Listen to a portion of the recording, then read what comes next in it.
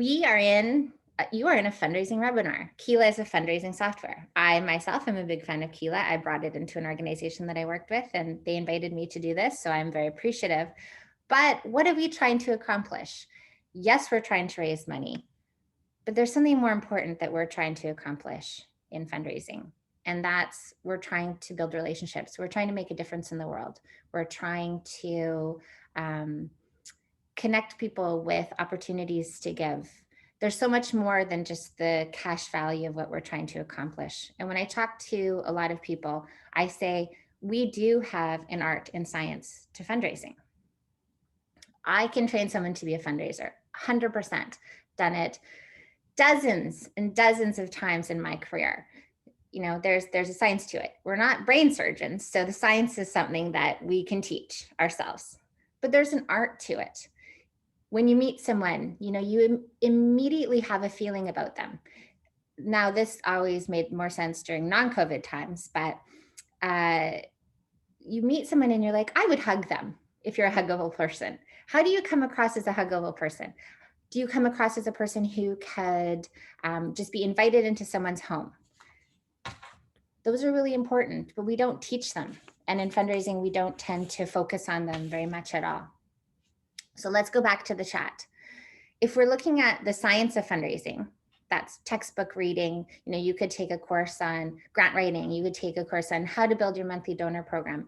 But if we look at the art of fundraising and some of the qualities that we think of, what are some of the qualities that we think a successful fundraiser would have in the art area, not the science? What would we be looking for? You could think of yourself. Ah, exceptional. Storytelling, thank you. Empathy, absolutely. Anything else? Passion, making it personal. Ability to listen. Absolutely. Lived experience, true. Lived experience, so great. I have some here that I looked up, which you guys have mentioned: storytelling, listening, organized, adaptable, values such as caring. It's interesting, a few of the lists that I looked at, some are like, you know, really good multitaskers, ability to, you know, change management. Nothing is consistent. Nothing is the same in our jobs. I'm sure you can appreciate that. Traditionally, we haven't focused on these arts. We haven't focused on that. We haven't helped our young fundraisers, our mid-level fundraisers. We haven't developed leaders as much as we could and we should, which is one of the reasons that I opened my school, is to look at the other side of what we are asking people to do as well. Now, one thing that I love to do when I go, we're going to jump into values now. And one thing that I love to do when I go into, which Ruth, thank you for your last chat, there's values such as caring. So I love that you put in, as the last in the chat, one of the things of the art is a value such as caring. So if we look at fundraisers and the art being really values driven, I'm going to take a moment with you. Here's a list of a lovely group of values. Read through them. I mean, you don't have to extensively read through them.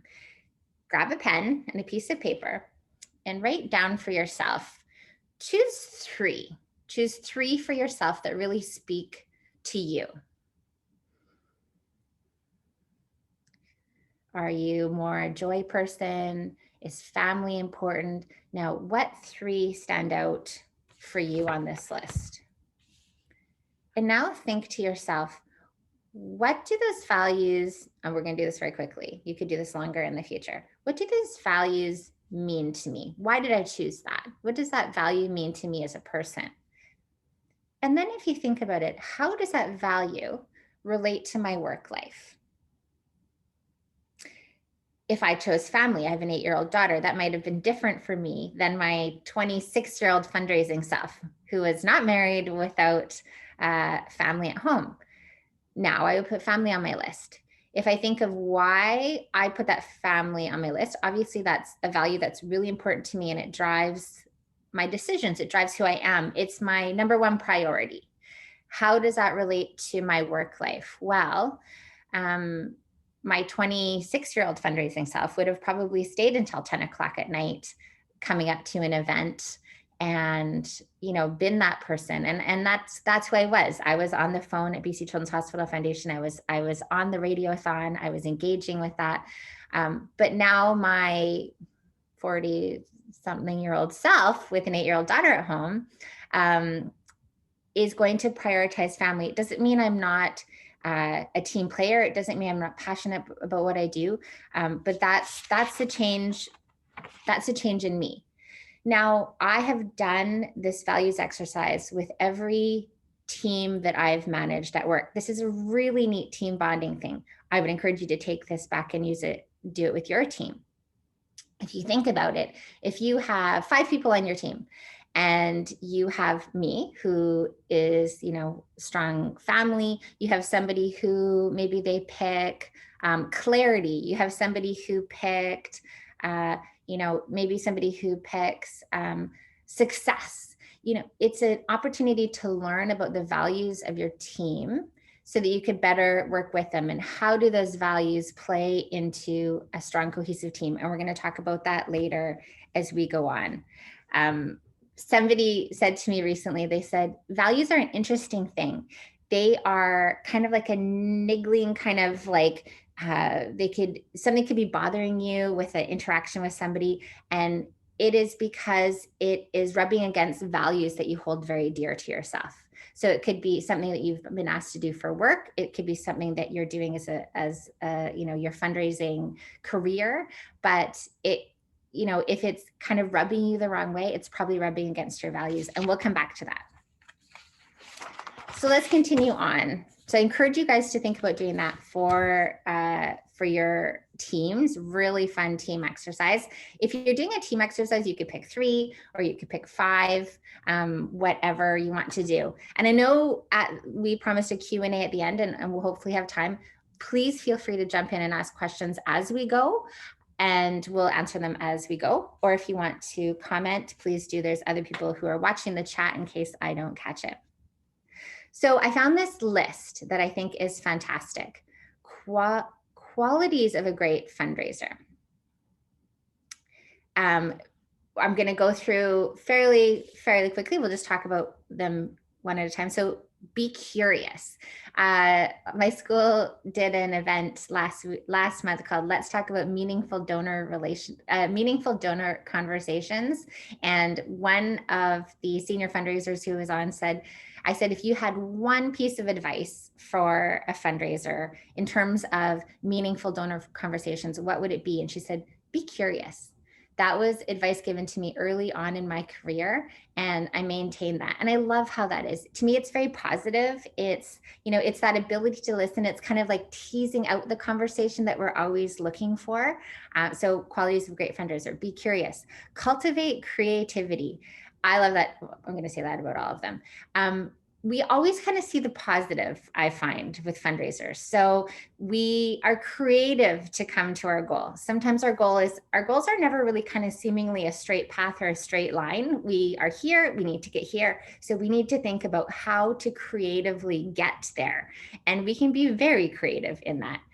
Managing upward and outward management is a huge aspect of what we do, and it never ends. It never ever ends. You become the CEO one day. Congratulations. Now you have to manage a board. So there's never a top to what we're doing. We're always going upward and we're always going down. There's just management all around us. We need to understand a donor's passions and act accordingly.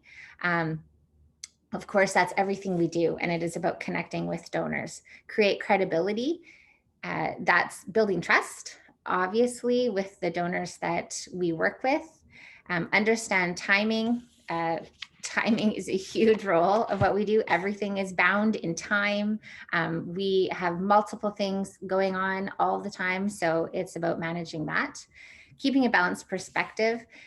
This is a big one. Not everything is going to go as we planned. Nothing in our world, I find, goes as we planned. And we are constantly going back to the drawing board and thinking about how to do things. Part of when I teach, I say, unfortunately, some of our fundraising strategies are about throwing a whole bunch of things at the wall and seeing what sticks. But if we don't get them at the wall, if we don't start throwing them at the wall, nothing's going to stick. And just because a strategy worked at one nonprofit does not mean it's going to work at another. We need to test it. We need to pilot it. We need to give it a go. Wearing a game face. This is great too. Self-confidence and professionalism, no matter where we go. Employee discretion. We, of course, are discreet with personal information. Understand donors that are seeking impact with their gifts. Of course, and we do act accordingly. Now, it's interesting too that a lot of the qualities of a great fundraiser from this list also go back to the values that we just talked about. So values are closely connected to the art of fundraising, which is really connected to the qualities that we've identified as a great fundraiser. That being said, why, when we go to post our fundraising jobs, do we have this list? And I looked at probably 24 postings on Charity Village, and we see, what do we ask for? Experience in the field, which a lot of nonprofits ask for repeatedly, which we do not take the time to think of transferable skills as much as we should. Excellent communication, strong interpersonal skills, you see the list.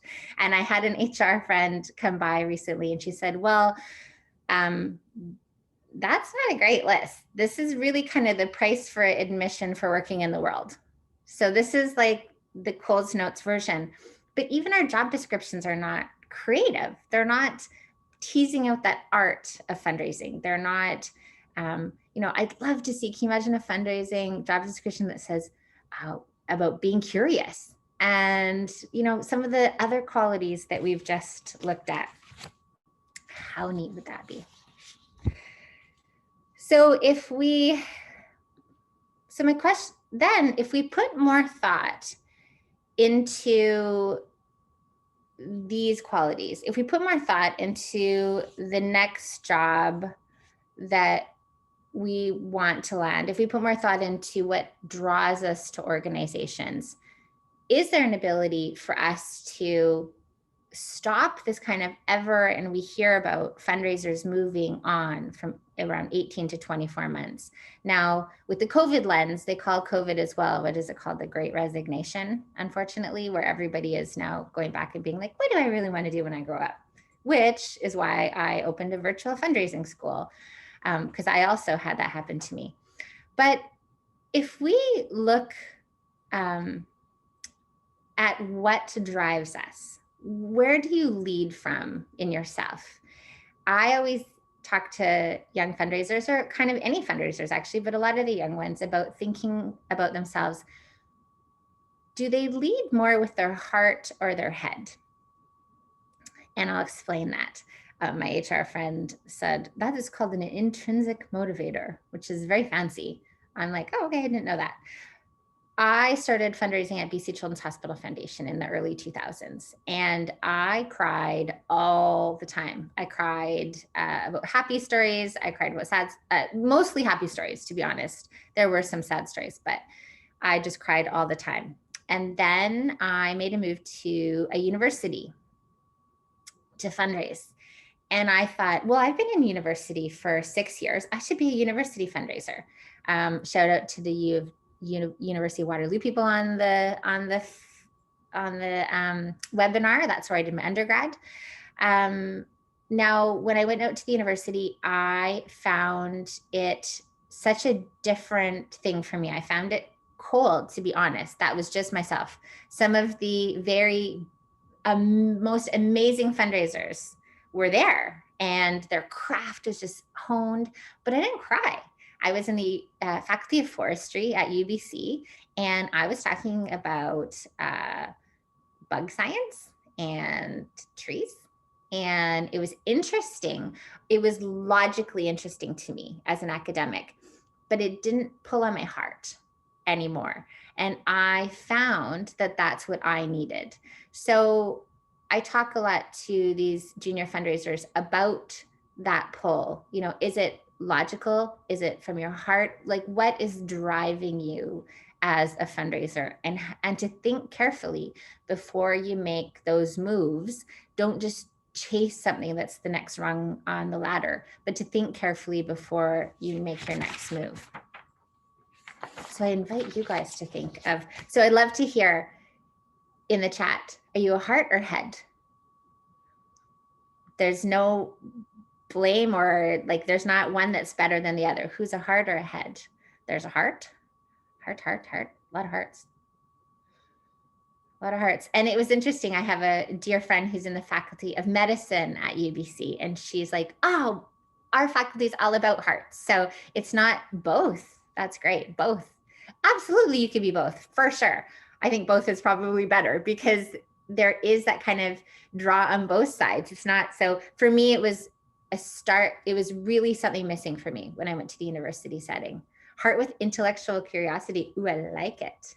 I'm gonna borrow that, Karen. I'm gonna also now say I have heart with intellectual curiosity. It doesn't mean that we don't have that, for sure. Love it. So if we go through and we look at, okay, we've talked about values. We've talked about qualities of a good fundraiser or a successful fundraiser. And now values. And how do values play into our job? Charity Village invited me to write a feature article on behalf of the school a few months ago. And I said to them, oh, thank you so much. I'd love to write a feature article for you, but I am not interested in writing, just so you know, I'm not going to write one on top 5 ways to engage your board or top 3 ways to grow your monthly donor program, because we can Google all of that. There's great blogs, you know, we constantly talk about things like that. I would love to write an article on values. And so I wrote an article for them on values and talked about these aspects. So when we look at it, how do values play into our decisions to either join a new organization, join a team? Like how does this connect? We have a values alignment or disalignment. Do we say disalignment? Miss with cause. So for me, the move from BC Children's Hospital Foundation to UBC was a bit of a values miss for me. I was missing that heart. I was missing the crying. I cry over like toilet paper commercials, honestly.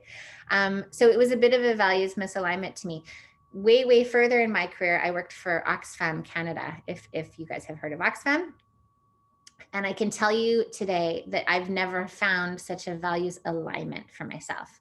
I felt so much of what they did as a cause was like, if I wrote a personal mission statement, it would be so similar to theirs. So we have to consider how the values alignment with the cause and what's actually happening is working for us. We are the fundraisers. When you are the fundraisers, you have a lot of accountability for that. You know, your passion, when it's a beautiful alignment with your values and the values that you're working for, that comes through in how we talk to people. I remember, you know, leaving one job to go to another and telling somebody that I knew about that other job. And they just looked at me and they said, oh my gosh, Rowena, like your face just lit up when you were talking about that. And donors see that, right? They see our passion in that way. Leadership. How often do we think about the values of our leader? I remember at BC Children's, I was working there, and I was leaving one day at 5 o'clock. I was an assistant to a director, and I was leaving one day at 5 o'clock. And the director came in and said, are you leaving? And I'm like, mm-hmm. She's like, but I stay here till 8 o'clock every night. And I said, well, I don't stay here till 8 o'clock every night. Like, first of all, I'm not paid for that. And like, that's just, I have other things that I value that I need to do. Like there's other things I need to do. So values alignment in your leadership, what's driving that leader? How do we, you know, how often have you asked that in an interview question? When you're being interviewed at a job and it's your turn to ask questions, we often ask, when do you know, what is the culture of the organization? When do you hope to make a decision? You know, there's a lot of questions that are kind of more simple and usual that we ask, but what about asking, what are some of the values that drive you in your work? And what are some values that are important to you? And learning about somebody from a values perspective. And then team. We talked about team. We talked about being able to do that values exercise with your team.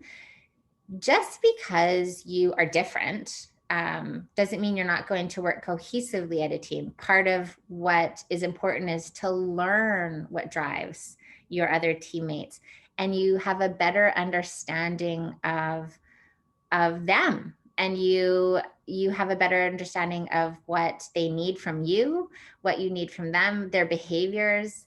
It is really a neat thing. What I think is really neat when I've done it before is, you know, you could be with a team for say 6 months and you're like, oh, I totally know them. Like I 100% know these people. And then you do that values exercise.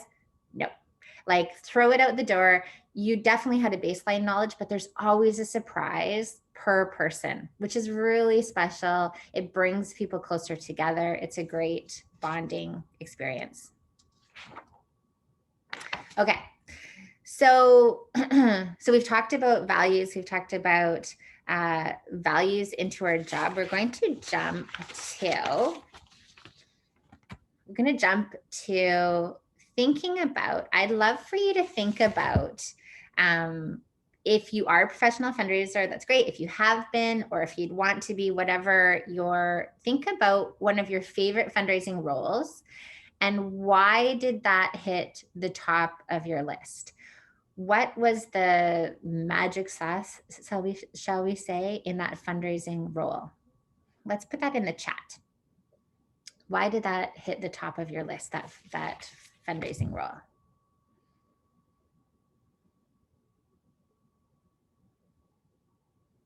I feel like everybody's typing right now. The ability to be creative, learning new skills, brainstorming ideas, because it created deep connections to people I worked with. Kids and puppies. Z, that is a fantastic. I hope there's puppies just like around you all the time. Personal connection to the people we serve. Absolutely. I think we often, you know, we're driven, we're fundraisers, you know, we work in nonprofits, strong feminist values. So I love that. So, I should add that to my values list. Thank you for that. Hospital and healthcare. I know what I do has a direct impact on abuse women. We get stuff done. Oh, I love it. That you guys, amazing. I wish that we were all in front of each other and we were in a workshop together in person. Wouldn't that be amazing? But I do appreciate the time to connect like this. I'm a talker, so thanking people and getting to know them, generating. Yeah, I'm also a talker. So often I find as well, I went to one of my fundraising jobs was for an organization in Vancouver called Minerva, BC, and they work on women's and girls leadership. And so much about their leadership training was, as I would say, knowing thyself, like knowing myself and knowing who I am and thinking more about values, alignment, and things like that. And of course, it was you for the puppy, whoever put the puppy thing. I had to do the kitten picture, but you know, we don't pause enough. And we don't really have the luxury of doing it. There's always more money to be raised. There's always something else to be done at the nonprofit. And I would watch these leaders go through the programming at Minerva on the for-profit side. And I would just think, it would just be heartbroken. I would think, oh, if we could put our nonprofit leaders through this, it would be so amazing. And I've watched my stepmom retire from 41 years at a Crown Corporation. And in the last 10 years of her career, the leadership programming that they gave to her was absolutely amazing. And we just don't have that opportunity at nonprofits. That's, we haven't in the past. Another reason why I started my school, I'm going to try to offer things like that. But, if we spent more time learning about ourselves and thinking about what drives us and who we are and our personality types, how much stronger we would be at our roles. and how much more successful we would be, how much happier we would be. So we're going to talk a little bit about personality assessments and tests. And so today I'm going to talk just about Myers-Briggs. There's a lot of different personalities and assessments and tests, but I know Myers-Briggs the most. So we're going to talk a little bit about that. And I'm sure that many of you are familiar with that, but we're just going to take a little bit of a dive into how this could help with team approaches and how you can encourage even people to explore this on your own teams, or for you to do it yourself. I would say, I'm going to ask the question first of all. Who has done personality assessment type tests or indicators for you guys? So if you have, put yes. If you haven't yet, put no. It's a lot of yeses. Oh, I like the yep. It's true. A lot of us have done it. And so part of what we'll talk about today is how it directly can impact and relate to fundraising. So if we look at, I'm just going to go through 2 samples of Myers-Briggs. If we look at this question, one of the first questions, do you prefer to focus on the outer world or on your own inner world? To me, this is actually one of the, I think, the most important in fundraising. And it's interesting, I did so much reading on this and spoke to some HR professionals. It's not extrovert or introvert, it's extroversion or introversion. So how does this relate to fundraising? This is what we do. You know, many of you, I loved your comments about, thank you. I agree, Mary Lou. It does make a huge difference to know yourself first and be a better performer at work. Absolutely. Many of you, your comments were about that kind of that relationship, those conversations. I love it, Kate. I'm an introvert, but I play an extrovert for work. Yes. So it's about, if we think about it, it's about when we look at it, we might just think like a huge part is networking, it's relationship building. That is obvious. It's in our values. It's in everything, you know, it's in the quality. So many of the qualities were that kind of outwardly facing. It doesn't mean that somebody who is more prone to the introversion side or introvert is not a great fundraiser.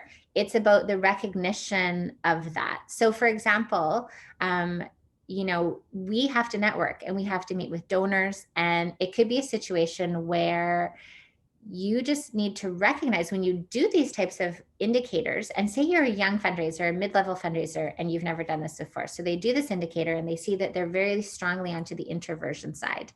And as their director, as their manager, as somebody who's mentoring them and helping them, that can be explained to them. So, okay, it doesn't mean that they're not going to go into that networking event or that mingler or that business, you know, business event and not be great. But it does mean that their tank might be empty when they're done, right? So as a young fundraiser, if you think about it, if every time you do something like that, you're exhausted, maybe you think this isn't a good match for me, this job. This job is not a good match for me. This organization maybe is not a good match for me. It's blaming, you know, the job, the organization on something that's more and kind of the inside personality for yourself.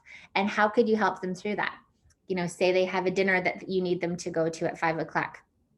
It could be a situation where, you know, they're gonna shine, but it's tough for them. So maybe it's a situation where you say, you know what, why don't you go home after lunch? Why do you go home at 1? If we could do this, why do you just take some downtime? Take some downtime, just have some time for yourself, and then go to the event tonight and let me know how it is tomorrow. Or go to the event tonight, just have some quiet time to catch up tomorrow morning. I mean, we all should reward that extra time anyways, but how do you encourage someone to explore that in themselves, to replenish that bucket and not blame the organization or the job for something that they're seeing is exhausting? It doesn't mean that anyone, I love it. When Kate said I'm an introvert, but I play an extrovert for work, it's also learned behavior, right? We just have to recognize that that's how we're feeling, and how we can change and fill up our bucket again. And the second one, when making this is a good one. When making decisions, do you prefer to first look at logic and consistency, or first look at the people and special circumstances? This is called thinking or feeling. So a lot of what we do as fundraisers is we look at intuition, right? We talk about like, oh, just, listen to your gut, listen to the little voice inside your head, listen to how you're feeling. If something feels wrong, it is. If something feels like an opportunity, it is. So you would think that even based on what we talked about before, that we're all, there's so many heart people. There's head people who are intellectual, there's heart people who are intellectual, there's head people, but you would think that we're all leading with our feelings, but that's not necessarily the case. So it's about looking and figuring out, you can't argue with facts, but you can wrap them in a real, that's true. I'm just looking at the chat. It's about looking at all of these aspects and seeing when decisions and learning what kind of decisions you need, and how you make decisions. It's interesting doing this on the team because you also see your teammates and are they thinking or feeling. My husband is a very strong T and I'm a very strong F. And we talk to each other like this, he's just like, just tell me the facts. He's a lawyer. I'm a fundraiser. Like that just speaks for itself. And he's like, let's just do the facts. And I'm like, oh, I would like to, I'm all over the place with things. So, it's important to know that. It doesn't mean that it's not going to go well, but it's important to know that a big, big, strong opportunity on your team to explore that. Okay.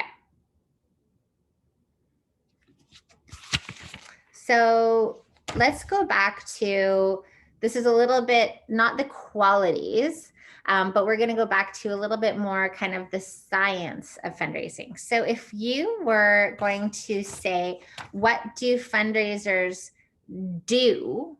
Let's tape that into the chat. So what do we do? We raise money. We attend events. What else do we do? What would you say that we do? Create magic. Oh my gosh, I love it. Connect people to money, tell stories. Mary Lou, I did a LinkedIn post from the school yesterday and actually to celebrate National Philanthropy Day. And one of the things I said was these magical beings called fundraisers. So I like the create magic. I agree. Effectively communicate, connect people to the impact, create sustainable systems at work. Absolutely. It's so interesting. So I put the slide in almost kind of to test out a little bit about what you guys would put in here. That was more to my own. So when I looked at, I was trying to think more like we talk to people, we attend events, we network, we work with volunteers, we manage projects, we run events, et cetera, et cetera. When we look back to what you guys just put in the chat, I'd say it starts to weight again on the art, right? When I'm trying to get to kind of the science of what we do, it went back to the art. And I think that just shows how important it is, that's what's driving our careers. That's what's driving what we do. I'm just looking, AKA bridge builders. Completely agree, Jacob. When I used to do my very first workshops, I used to have a picture of a bridge actually in one of my first slides. And I would say fundraisers are bridges for sure. We provide the connection between somebody who requires or is looking for money to fund something very important and somebody who is looking to give to that. So I love the bridge builders analogy for sure. So there's a long list of what we do and each can play upon your personality type. And I think that's also really important to think of. When we look at fundraising as a career, there's so many things we could do. So many things. We have more internally focused ones. We have externally focused jobs. We have research jobs. We can get onto the Marcom side. Storytelling, that was brought up many times. So there's storytelling, of course, in person that you could do. There's storytelling that you could do through writing, if it's whatever you need to do, there is an opportunity in fundraising. And I think that's what is kind of the best of our career, is the opportunity to do whatever we want. We have, the sky's the limit. So there's an opportunity to, the very colleague of mine is very senior now with volunteer coordination. So she's doing tons of, that's a whole different skill set to engage volunteers. The events people, bless their hearts, that is a tough job. And I'm always amazed. I love events. When people are doing it full time, I'm like, wow, you guys are amazing. That is like, they're just constantly in the marathon, right? Attending events, networking, the sky's the limit for what we want to do. So when you have that perfect alignment of, a values alignment with your organization, with your team, with your leadership, doing what you do for a job, that you've thought about that personality type and you've realized maybe you are the person who you're like, I just can't be the person to go to those business in Vancouver, business in Toronto, or business in somewhere in New Zealand events. So I just can't be that person. And when we could recognize that, we play to our strengths. And I think that's really, really important.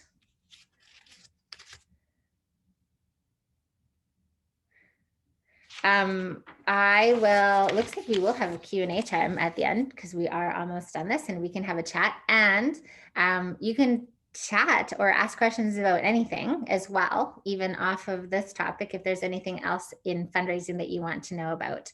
I'm going to end with this last slide, which is my favorite slide. I don't know if you have heard of Lynn Twist. Who has heard of Lynn Twist? If you have, say yes. If you have not, you don't have to say no, or you can if you want. Who's heard of Lynn Twist?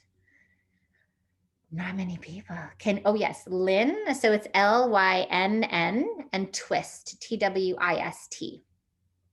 She is an amazing woman. She wrote a book called The Soul of Money that I recommend. It is a great read. And I think when we are working in organizations and as fundraising and we're dealing with money, it's a really interesting read.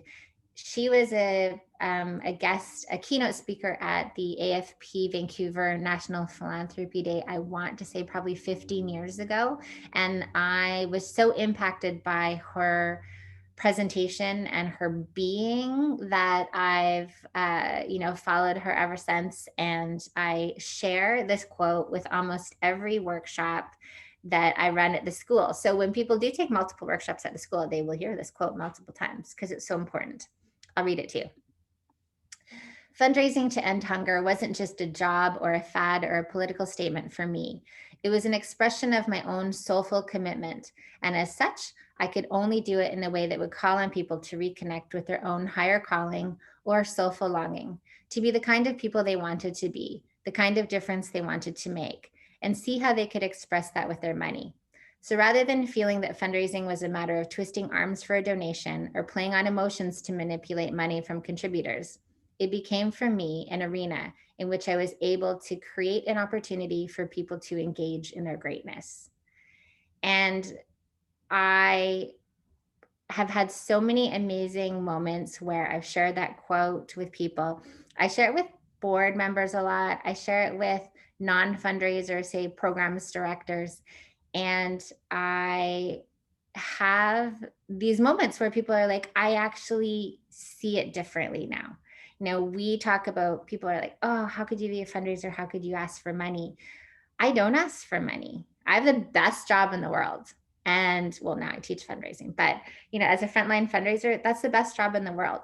We get an opportunity to help people engage in their greatness. Like, it's something that we should be honored to do. We really do have the best jobs in the world. So I will leave it at that and would invite you to ask any questions. So many good quotes involve arenas. This is so many good quotes involve arenas. This, Ben Brown. Is that a quote? Did I miss that? Lauren, are you able to come off mute?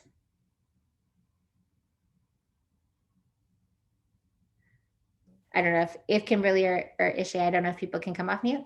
Yeah, I'm on off mute. I have like a couple of questions that I want to ask you. I guess we could just go through one or two before our time's up. Oh, she does a lot of work with shame and vulnerability. Oh, thank you. I'll look that up. Thank you, Lauren. Corporate sponsorship in COVID world is so challenging. How are you teaching this? Oh my gosh, Ruth, corporate sponsorship. I actually have a few guest instructors of the school who I feel I've brought in some heavy hitters in certain areas, and sponsorship is one of them. I have a local sponsorship heavy hitter. Her name is Joanne Veltri, and she teaches our sponsorship boot camp class workshop. And it's tough. I am mentoring a young fundraiser right now. She's in an arts club. She's in an arts role as corporate sponsorship for the first time in the middle of a pandemic. And part of what I am mentoring her with is just understanding that it's actually not that she's doing a bad job. It's just a very tough time out there right now. I would not pretend to be the sponsorship expert. Definitely check out our sponsorship bootcamp if you're interested. I did attend it the last time Joanne put it in, went through it. And, part of what she encouraged is just that it's going to take more. That she's not seeing a change from the corporate side, but there are times when they're just not able. The process hasn't changed. It's important to keep those relationships even if they needed to stop, because it will come back. And we saw that in 2008, 2009 with the recession. There was the pause in the giving, but we kept those relationships open and they came back. And equally important now. Charities are still expecting dollars to boards are needing to be realistic. Yeah, absolutely. I mean, it is about being realistic, and it's a bad time right there. Even in let's talk about meaningful donor conversations that we had a corporate sponsorship person from St. Paul's Hospital Foundation. And he said a lot of times when he's calling, often he'll hear, we can't give you money this year because we don't know if the lights are going to be on tomorrow. So, it's that kind of thing. And he said the importance of maintaining that relationship and not just